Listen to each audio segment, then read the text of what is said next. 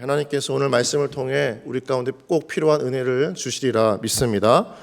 네, 오늘 말씀의 제목 같이 한번 좀 읽어보기를 원합니다. 함께 읽겠습니다. 시작. 우리의 필요 예수 그리스도. 네, 우리의 필요 예수 그리스도입니다. 여러분, 만남이라고 하는 인기곡을 부른 노사연이라고 하는 가수를 모두 아시죠? 이 노사연이 2011년도 국민일보와 인터뷰를 하는 가운데 이러한 기사가 실렸습니다. 기사를 읽어드리면, 가수 노사연은 지난 세월 동안 수없이 자신의 히트곡 만남을 불렀다. 만남은 그에게 명성을 가져다 줬다. 이유 없이 그저 세상을 향해 만남을 불렀다. 신앙을 갖고 난 이후 그녀는 자신이 왜 그토록 만남을 불렀는지를 알게 되었다. 거기에는 노사연을 향한 하나님의 섭리가 있었다. 그분은 말하셨다. 가장 중요한 만남을 가져라. 나를 인격적으로 만나라. 그리고 그 만남의 기쁨을 이웃에게 전하라. 그토록 오랫동안 불렀던 그 만남의 의미를 하나님을 만나고 나서야 깨닫게 된 노사연의 인터뷰 내용이었던 것입니다. 우리가 매일 수많은 만나는 만남들이 있습니다. 그런데 우리에게 더 중요한 것은 그 만남의 횟수나 사람의 숫자가 아니라 어쩌면 그 만남의 깊이가 우리 가운데 가장 중요한 것인지 모르겠습니다. 깊이가 있는 만남은요, 지난 영혼이 남습니다. 깊이가 있는 만남은 우리의 생각을 변화시키고 우리의 행동을 변화시키고 우리의 삶을 변화시키는 터닝 포인트의 만남으로 이어지기 때문이죠. 암에 걸려 이 병원 저 병원을 전전하며 원인도 모른 채 수십 가지 검사를 하며 고통을 당했던 제가 알던 권사님이 계십니다. 그렇게 원인도 모른 채 그저 검사만 하다 몇 번의 죽을 고비를 넘기고 나서야 마지막에 찾아간 그 병원에서 항암과 수술을 통해 다시 살게 된 권사님이셨습니다. 제가 목포에 내려오기 전에 그 권사님과 함께 식사를 하면서 그 권사님께서 이렇게 이야기를 하셨습니다. 조금 더 일찍 그 의사를 만났더라면, 조금 더 그 의사를 일찍 만났더라면 그 죽을 고비를 넘기지도 않았을 것이고 그토록 고통스러운 시간을 굳이 참아내지 않아도 되었기 때문이겠죠. 환자를 살리는 가장 복된 만남은 좋은 의사와의 만남이라면, 우리 인간의 인생을 인생답게 하는 그 의미를 발견하게 하는 만남은 예수님과의 만남인 줄 믿습니다. 왜 예수님과의 만남이 우리 인간에게 있어 가장 인간을 인간답게 만드는 만남인가? 그 안에 왜 참된 기쁨이 있는가? 오늘 말씀을 통해서 함께 그 이유를 발견하고 은혜를 함께 누리는 우리 모두가 되어지길 소망합니다. 오늘 말씀을 보면 치유 사역이 중심이었던 가버나움이 있습니다. 온 집집마다 예수님께서 병자를 고치시고 절뚝거리는 그 환자들을 고치시는 하나님의 놀라운 일들이 계속해서 퍼져갑니다. 예수가 더러운 귀신을 고쳤다. 예수가 죽어가는 사람들을 살렸다. 베드로의 장모도 고쳤다. 예수님께서 이미 가시기도 전에 가셔야 할 곳에 수많은 곳곳마다 사람들은 예수님에 대한 놀라운 소문을 듣습니다. 그러면서 점점 이 가버나움이라고 하는 이 영적 어둠이 가득한 도시에는 그 어둠이 사라져가고 하나님께서 비추시는 희망과 소망의 빛이 비춰지기 시작합니다. 사람들은 그래서 예수님께서 걸어가시는 곳곳마다 예수님을 따라가고 있습니다. 오늘 본문도 보면 예수님께서 그저 혼자 가버나움에 가신 것이 아니라 수많은 무리들과 함께 그 가버나움을 방문하고 계십니다. 어쩌면 예수님께서는 수많은 사람들보다 더 관심을 가지고 오늘 이 가버나움을 방문하신지 모르겠습니다. 왜냐하면 그 한 사람에게 관심이 있음을 14절을 통해서 우리 가운데 말씀해 주기 때문입니다. 함께 같이 읽어보도록 하겠습니다. 시작. 또 지나가시다가 알페오의 아들 레위가 세관에 앉아있는 것을 보시고 그에게 이르시되 나를 따르라 하시니 일어나 따르니라. 아멘. 여러분, 참 뜻밖의 장면입니다. 예수님께서 가시는 그 길에 마침 레위라고 하는 이 인물이 앉아 있습니다. 우리가 보았을 때 14절의 내용만 보면 이 예수님과 레위의 만남이 우연의 만남인 것 같지만 성경에서 예수님과 다른 인물 간의 인간 간의 만남 가운데 우연의 만남은 없는 것을 우리가 쉽게 알 수 있습니다. 요한복음 3장을 보면 예수님께서 사마리아 여인에게 찾아가시는 장면을 우리는 너무나 익히 알고 있고, 또 누가복음 7장을 보면 나인성 과부, 자신의 아들을 떠나보낸 채 슬픔 앞에 흐느껴 울고 있는 그 여인에게 찾아가시는 예수님을 우리는 또 쉽게 알고 있습니다. 누가복음 19장을 보면 그 삭개오와의 만남도 보면 예수님께서 가시다가 정확하게 삭개오가 어디 있는지를 보시고 그에게 다가가시는 본문을 우리는 쉽게 알 수 있는 것이죠. 모든 그 만남에는 우연의 만남이 아니라 예수님께서 찾아가 주시는 만남이 되는 것입니다. 신약만이 아니라 구약도 그렇죠. 아브라함이 주님과의 그 만남을 다시 한번 아브라함이 주님과 만났던 그 장면을 다시 한번 떠올리면 대부분의 만남은 다 하나님께서 아브라함에게 찾아오셨던 모습을 우리가 쉽게 보게 됩니다. 창세기 12장 7절을 보면 같이 한번 읽어보겠습니다. 시작. 여호와께서 아브라함에게 나타나 이르시되 내가 이 땅을 내 자손에게 주리라 하신지라. 자기에게 나타나신 여호와께 그가 그곳에서 제단을 쌓고, 아브라함이 주님께 찾아가는 것이 아니라 여호와께서 아브라함에게 찾아오신 만남이었습니다. 또 26장을 보면 2절을 보면 여호와께서 이삭에게 또한 찾아가 주셔서 그에게 말씀을 하시죠. 여러분, 우리의 하나님은 언제나 우리가 기다리는 것을 너무나 아시고 우리 가운데 찾아오시는 하나님이 되시는 줄 믿으시기 바랍니다. 어쩌면 우리가 그분의 필요를 모를 때에도, 또는 영적인 목마름과 갈급함 가운데 너무나 절박하게 주님을 붙들고 싶을 때에도, 또는 그런 필요를 알지 못할 때에도 하나님께서는 우리를 끊임없이 찾아오시는, 우리의 마음의 문을 두드리시고 우리 인생의 문을 두드리시는 분이 우리의 하나님이신 줄 믿으시기 바랍니다. 그래서 그 만남 이후를 보면 대부분과의 그 예수님과의 만남 이후에 많은 성경의 인물들은 놀라운 삶의 변화를 경험합니다. 사마리아 여인은 사람들을 피해 다녔던 불쌍한 여인이었지만 예수님을 만나고 나서는 자기가 살던 동네에 들어가 그 예수 그리스도를 전하는 복음 전도자의 삶을 살게 되죠. 그리고 삭개오는 이전에 지금까지 그가 쌓았던 그 부정한 물질을 갚아주는 것을 넘어서 회개와 회심의 인물로 그 중요한 모델이 또 되어주는 것을 우리가 알 수 있습니다. 그래서 예수님과의 만남은 그 인생을 완전하게 뒤바꾸는 복된 만남으로 우리 가운데 찾아오시는 은혜가 되는 것이죠. 저는 청년부를 맡고 있습니다. 신방을 해야 될 때가 보통 청년들이 일하는 점심과 저녁 시간이 대부분입니다. 스케줄을 잡다가도 그런 시간이 맞지 않아서 어긋나는 경우들이 있을 때 제 마음 가운데 안타까움도 있지만 한편으로 참 감사한 것은 무엇이냐면 그런 기도를 하기 때문입니다. 성령님, 제가 찾아갈 수 없는 상황이지만 성령님께서 찾아가 주셔서 신방해 주십시오. 만나 주십시오. 저는 그런 기도를 참 많이 하게 됩니다. 약속은 했지만 쉽게 틀어진 상황들이 너무나 많고, 가고 싶지만 또는 거절해서 갈 수도 없는 상황에 제가 할 수 있는 것은 성령님, 저 대신 찾아가 주셔서 그 영혼의 마음을 위로해 주십시오. 그때마다 하나님께서 그 청년의 마음을, 또 지체들의 마음을 참 은혜롭게 또 평안하게 바꾸어 가시는 것들을 보게 되는 것이죠. 주님께서는 찾아가시는 하나님이신 것입니다. 오늘 본문을 보면 그 찾아가는 대상이 바로 레위였던 것입니다.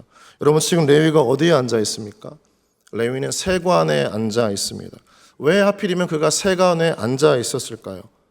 우리가 먼저 레위가 어떤 사람인지를 보기를 원합니다. 레위는 먼저 물질적으로 굉장히 여유가 넘치는 사람이었고 막대한 부를 쌓은 사람이었습니다. 더욱이 그것만이 아니라 레위의 아버지였던 알페오는 당시 이스라엘 사회에서 유대인들에게 지도자급의 인물이 되기도 했었습니다. 가정적인 배경도 사회적인 신분이나 지위도 남부러울 것이 없는 굉장한 인물이었습니다. 더욱이 지금 이 레위는 세관이었기 때문에 굉장히 외국어에 능통한 인재였습니다. 라틴어, 헬라어, 또 히브리어, 또 다양한 언어들을 구사함으로써 그가 로마의 한 어떤 세관으로서 그 일을 감당하기에 부족함이 없는 아주 굉장한 엘리트가 바로 레위였던 것입니다. 모든 것을 다 갖춘 인물이었습니다. 부족함이 없는 인물이었습니다. 그래서 세상적으로는 또 세속적으로는 굉장히 성공한 인물이라고밖에 평가할 수 없는 인물이 레위인 것입니다. 그런데 오늘 본문을 잘 보면 오늘 성경이 또 예수님께서 주목하고 있는 레위의 모습은 그런 모습이 아닙니다. 뭔가 당당하고 잘 나가고 뭔가 뽐내고 싶어하는, 가진 것이 부족함이 없음을 드러내는 그 레위가 아니라 세관에 앉아 있는 레위의 모습입니다. 왜 레위인은 앉아 있었을까? 왜 예수님은 그 앉아 있는 레위를 바라보셨을까? 우리 14절을 다시 한번 같이 읽어보기를 원합니다. 한번 같이 읽겠습니다. 시작. 또 지나가시다가 알페오의 아들 레위가 세관에 앉아 있는 것을 보시고 그에게 이르시되 나를 따르라 하시니 일어나 따르니라. 오늘 예수님의 시선이 보입니다. 세관에 앉아 있는 것을 보시고라고 하죠. 세관에 앉아 있는 레위를 보셨다. 지나가다 우연히 보셨다. 어쩌다가 눈에 걸렸다. 이런 의미가 아니고 지금 말씀을 잘 보면 예수님의 시선이 지금 레위에게 멈춰 있는 것을 보게 됩니다. 수많은 사람들이 예수님 주위에 있지만 또 레위의 주위에도 있지만 지금 예수님의 시선은 오로지 그 레위에게 멈춰 있는 것을 보게 되죠. 이것은 무엇을 뜻하는 걸까요? 예수님 무엇을 보고 계시는 걸까요? 여러분 대부분 성경에서 예수님께서 보셨다 했을 때 그 보심은 그 사람의 겉모습이 아니라 그 사람의 마음 상태를 보시는 걸 의미합니다. 그래서 여기서의 보시고라고 하는 것은 그 레위의 마음 깊숙한 곳을 들여다보았다라고 하는 것입니다. 인간 레위의 그 깊은 마음을 지금 주님께서 보고 계시는 것이죠.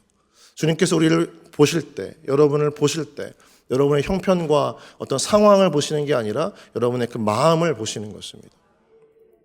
여러분, 한 신학자가 이런 레위의 마음을 다음과 같이 표현했습니다. 한쪽에는 돈다발, 한쪽에는 장부, 생선은 있었지만 아무도 친구가 되어주지 않았던 레위. 아무도 친구가 되어주지 않았던 레위. 모든 것을 가졌지만 그 주위에는 정말 그 앉아있을 때 곁에 있을 수 있었던 한 명의 친구조차 없었던 굉장히 고독하고 외로웠던 레위인 것이죠. 이 말을 들어보면 예수님께서 들여다보신 레위의 마음 깊숙한 곳에 무엇이 있었을까? 인간으로서 채워지지 않았던 영적인 고독과 허무였던 것입니다. 예수님은 항상 그것을 보시는 거예요. 잘 나가는 인물이지만, 성공한 사업가이지만, 또는 어떤 나름대로 자랑할 만한 인생을 살았지만, 그러나 그 인간 안에 있는 고독과 허무를 보시는 예수님이신 것입니다. 여러분, 우리 안에 그런 마음이 다 있는 겁니다. 여러분, 프랑스의 수학자였던 파스칼은 이러한 말을 남겼습니다. 모든 사람의 마음속에는 하나님이 만드신 하나의 공간, 공백이 있다. 우리 모든 인간의 마음 안에는 하나님이 만들어 놓으신 공간이 있다는 거예요. 다른 말로 하면 이 땅의 어떤 피조물로도 채울 수 없는 우리 안에 하나님께서만 채울 수 있는 공간이 있다는 것이죠. 레위 주위에는 그를 축혀 세우고요, 인정해주고 그를 통해 얻을 유익 때문에 사람이 끊이지 않았습니다. 끊임없이 찾아와서 대화를 나누고 식사를 하고 그와 함께 하루의 대부분의 시간들을 보냈겠죠. 아침부터 저녁까지 짧게는 10분, 길게는 1시간 단위로 사람들을 만나는 스케줄들이 계속해서 있었을 것입니다. 그런데 그렇게 많은 만남을 하고서라도 이 레위의 마음 가운데에는 채워지지 않는 공허함이 있었던 것입니다. 단지 주위에 사람이 없다는 단편적인 문제가 아니었습니다. 수많은 사람들을 만났지만 그 만남 속에 누구도 자신의 마음을 들여다볼 만한 진실된 관계가 없었던 레위의 인생이었던 것이죠. 여러분은 하루에 수많은 사람들을 만나지 않습니까? 스쳐 지나가는 사람이든 같이 일하던 사람이든 어떤 영업 때문이든 또는 목회자들은 또 성도들이든 수많은 사람들을 만나지만 여러분 한번 그 하루의 만남이 끝난 이후에 잠자리에 들기 전에 한번 생각해 볼 때 그 수많은 만남 속에 정말 내 마음을 열고 나누고 나를 격려하고 위로해줬던 만남은 얼마나 있었는지 한번 되돌아봤을 때 우리는 쉽게 대답할 수 없을 때가 참 많이 있는 것이죠.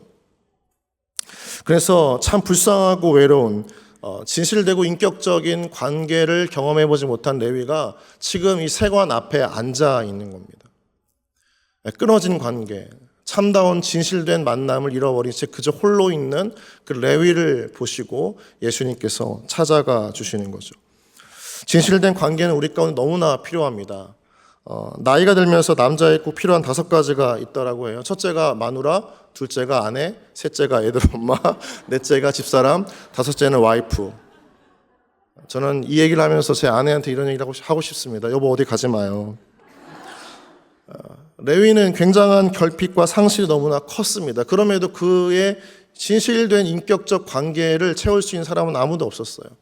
남자에게 첫 번째부터 5번째까지 오로지 한 여자만 필요하다고 하는 것은 역할의 구분이 아니라 그의 일생을 통해서 가장 그 곁에서 진실되게 함께 해줄 사람이 필요하다는 것을 이야기해주는 하나의 단편적인 예화입니다. 마찬가지로 레위에게도 마찬가지인 거예요. 그가 무엇을 가졌던 어떤 일을 하든 간에 중요한 것은 그에게 정말 마음을 터놓고 위로해주고 격려해줄 인격적이고 진실된 관계가 있는가. 바로 레위에게는 그게 없었던 것입니다. 그런 상실의 마음을 지금 레위는 느끼면서 앉아있던 거죠.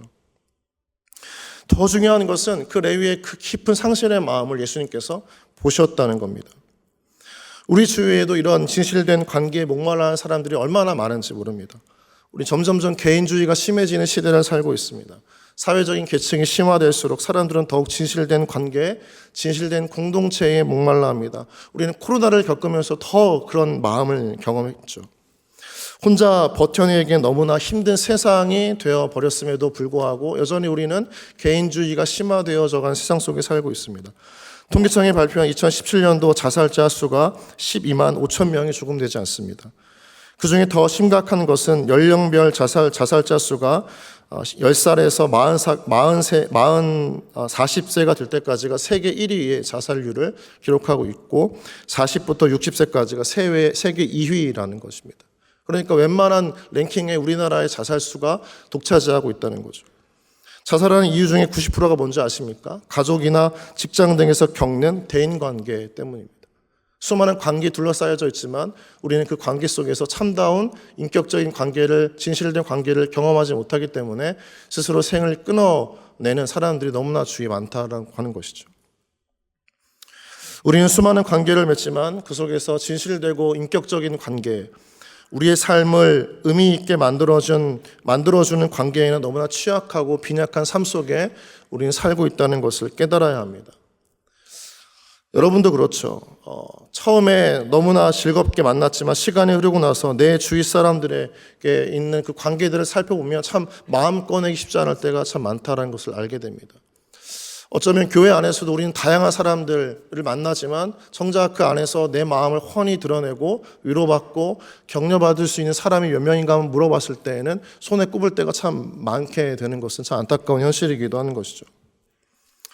우리는 지금 혼자 내몰린 것 같고 세상을 내 힘으로만 감당해야 할 것 같은 무거운 마음들이 있지만 그것을 나눌 수 있을 만한 관계가 참 부족한 현실 가운데 있는 겁니다. 레위가 그렇게 살고 있었던 것이죠. 그래서 레위를 그냥 그렇게 내버려 두다가는 죽을 것 같은 인생, 그 절박한 인생의 끝자락에 있는 그 영혼의 절박함을 지금 예수님께서 보고 계신다라고 하는 거예요. 인간의 허무와 고독 속에 진실된 관계에 목말라 있던 레위에게 주님은 이제 찾아가셔서 정말 그에게 한 가지를 요청하십니다. 예수님께서 부르시는 것이죠. 14절 보면 무엇을 부르십니까? 나를 따르라라고 이야기했습니다.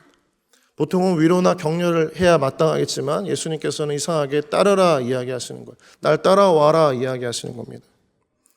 왜 따라야 하는지, 어디를 가야 하는지 예수님이 설명하신 것은 아무것도 없습니다. 그저 말씀하셨어요. 나를 따라와라. 만약에 예수님께서 레위에게 그런 설명을 하셔야 했을 것이라면 충분하게 다 하셨을 것이라 짐작이 되어지지만 왠지 모르게 예수님도 오늘 레위에겐 그런 이유를 설명하지 않고 따르라 말씀하십니다. 성경도 다른 말씀을 붙이지 않고 레위가 그저 일어나 따랐다라고만 이야기를 해요. 레위도 묻지 않았습니다. 왜 묻지 않았을까요? 예수님께서는 말씀하셨지만 적어도 레위 입장에서라면 왜 처음 보는 예수님이 왜 내가 따라야 합니까? 어디를 갑니까? 정도는 물었을 수 있을 텐데 왜 묻지 않았을까요? 이 레위의 심정 안에 마음속에서는 그 예수님께서 나를 따르라라고 하시는 그 요청이 나와 함께 가자라고 하는 음성으로 들렸기 때문입니다. 정말 자기가 그토록 갈급하고 원했던 음성으로 들렸기 때문입니다. 누구도 손 내밀지 않았고 누구도 말하지 않았던 레위의 그 속마음을 주님께서 아시고 나와 함께 가자라고 요청하셨을 때 레위는 그래 이 음성이지 이 부르심이지 더 이상 묻지 않고 어디를 가는지도 궁금해하지 않았던 것입니다.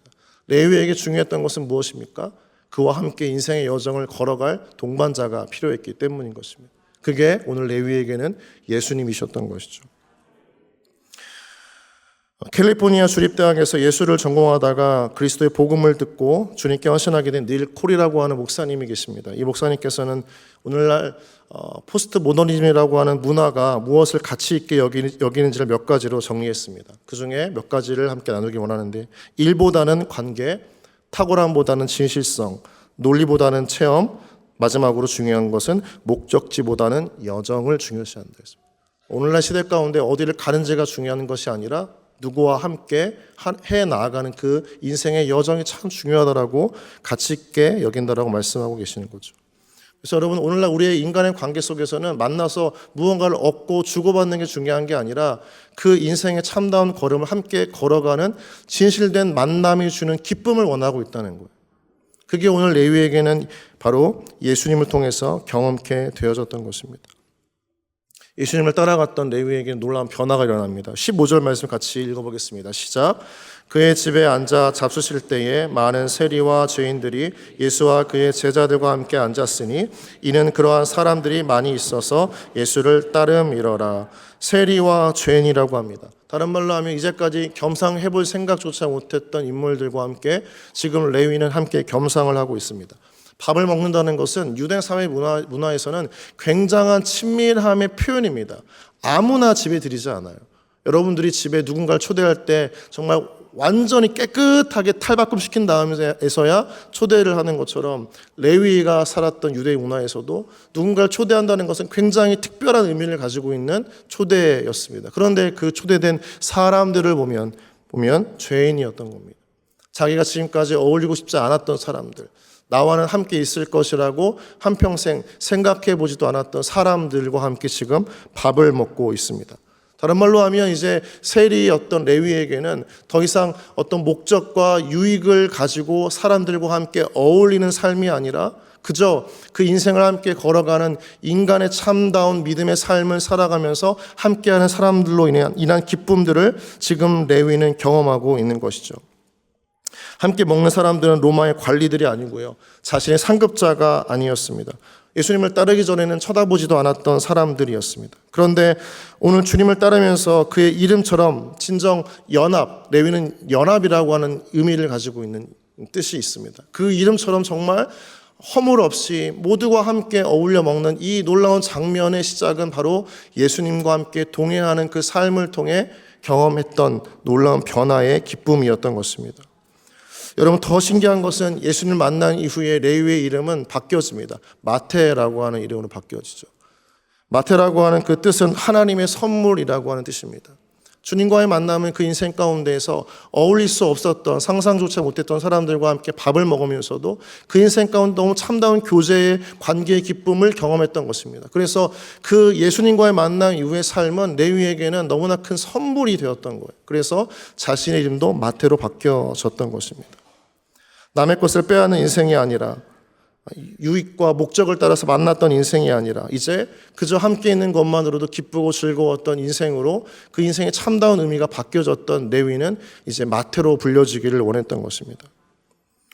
다른 말로 하면 이제 주는 축복, 흘려보내는 축복, 그 인생 되기를 원했던 것이 마태의 삶이었던 거죠. 예수님을 통해 받았던 그 참다운 그 인생과 격려와 지지와 그 위로의 기쁨을 이제 다른 사람들에게 전해주고 싶었던 마음이 이 마태라고 하는 이름 안에도 담겨져 있었던 것입니다. 자신에게 주었던 하나님의 선물만이 아니라 이제 자신의 인생의 전 존재를 통해서 누군가에게 선물이 되기를 원했던 것이 바로 마태의 고백이 되었던 것이죠. 그래서 그 축복은 마태가 쓴 마태복음 1장 1절에 명확하게 나와 있는데, 아브라함과 다윗의 자손 예수 그리스도의 세계라, 이렇게 기록을 하고 있어요. 마태가 인생을 통해서 가장 주고 싶었던, 지금까지 하나님을 만나지 못했던 사람들에게 가장 주고 싶은 인생의 최고의 선물이 바로 예수 그리스도가 되는 것입니다. 여러분, 우리에게 지금 누군가를 줄 수 있는 최고의 복은 예수 그리스도이십니다. 내가 보지 못하는 내 가족, 직장의 동료, 이웃의 인생의 허무함과 공허함에 찾아가 참다운 인생으로 바꾸시는 분도 오직 예수 그리스도이십니다. 하나님의 선물과도 같은 새로운 삶으로 바꾸시는 분도 오직 예수 그리스도이십니다. 지금 우리가 내 이웃에게 전해야 할 분도 오직 예수 그리스도이십니다. 말씀을 마치면서 전 문화부 장관이었던 고 이혜령 교수는 그의 책 마지막 수업에서 다음과 같이 관계에 대한 굉장히 깊은 통찰력 있는 말을 전해줍니다. 젊었을 때에는 관심이 최우선이었다. 40, 50대가 되니 관찰을 알겠다. 늙어지니 관계만 남았더라. 관계가 생기려면 여러 대상에게 한꺼번에 기웃거리면 안 된다. 데이트하는 곳에 가봐. 10명 있어도 한 명만 보이잖아. 그 한 명만 관찰하는 거지. 사진 찍을 때에도 전체 풍경이 잡혀도 내 눈이 가는 한 곳에 초점을 맞추듯이 우리는 모두 전체를 찍을 수 없는, 그래서 오로지 한 사람에게만 초점을 맞추는 인생을 살 때 진정한 관계를 경험하게 된다.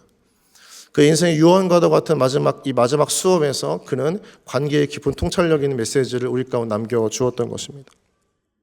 우리가 만나는 수많은 사람들이 있지만 그중에 꼭 그 한 명은 지금 레위처럼 인생의 허무함 속에서 털썩 주저앉아 자신의 삶을 허망하게 흘려보내고 있는 영혼이 분명히 있다는 것입니다.